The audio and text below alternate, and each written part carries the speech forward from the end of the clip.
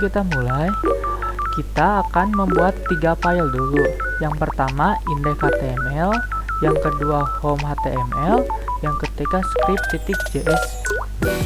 Halo semuanya, di video ini kita akan belajar cara membuat halaman web dinamis menggunakan JS Root dan menghubungkannya dengan icon GitHub yang bisa diklik.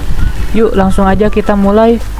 Pertama-tama kita lihat struktur dasar HTML di dalam file ini. Saya akan jelaskan tiap barisnya. Untuk yang pertama, menandakan bahwa ini adalah dokumen HTML5. Untuk yang kedua, bahasa utama halaman ini adalah bahasa Inggris.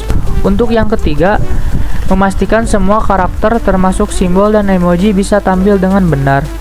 Untuk yang keempat, membuat halaman responsif sesuai ukuran layar perangkat pengguna. Untuk yang kelima, menentukan judul halaman di tab browser.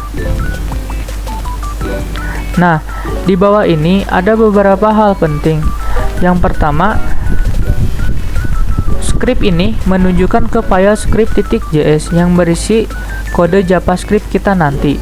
Yang kedua, kita tambahkan CSS sederhana di sini untuk membuat icon GitHub. Bisa diklik dengan memberikan properti kursor pointer. Untuk yang ketiga, ada link. Bagian ini membuat font awesome dari CDN agar kita bisa menambahkan icon ke dalam halaman web. Selanjutnya, kita masuk ke bagian body, tempat semua elemen terlihat di halaman. Saya akan jelaskan untuk yang pertama. Ini adalah judul utama yang ditampil di halaman. Yang kedua, div ini memiliki ID konten yang nantinya akan kita isi secara dinamis menggunakan JavaScript. Awalnya, teks loading akan terlihat sampai konten diganti. Untuk yang ketiga, paragraf kosong ini akan kita isi nanti melalui JavaScript. Di sini ada icon GitHub yang bisa diklik. Ketika icon ini diklik atau ditekan, halaman di GitHub akan terbuka. Selanjutnya, mari kita lihat kode JavaScript dalam script.js ini. Bagian terpenting karena membuat halaman jadi interaktif. Baris ini mengimpor 3 fungsi utama dari pustaka JS Root untuk memanipulasi DOM secara dinamis. Yang kedua, fungsi render HTML akan membuat file .html ke dalam div dengan ID konten. Jadi, saat halaman dibuka, konten dari home.html langsung muncul tanpa harus menulis ulang kode HTML di file ini. Yang ketiga, fungsi onClick ini membuat icon GitHub bisa diklik. Ketika ditekan, halaman GitHub akan terbuka di tab baru menggunakan window .open.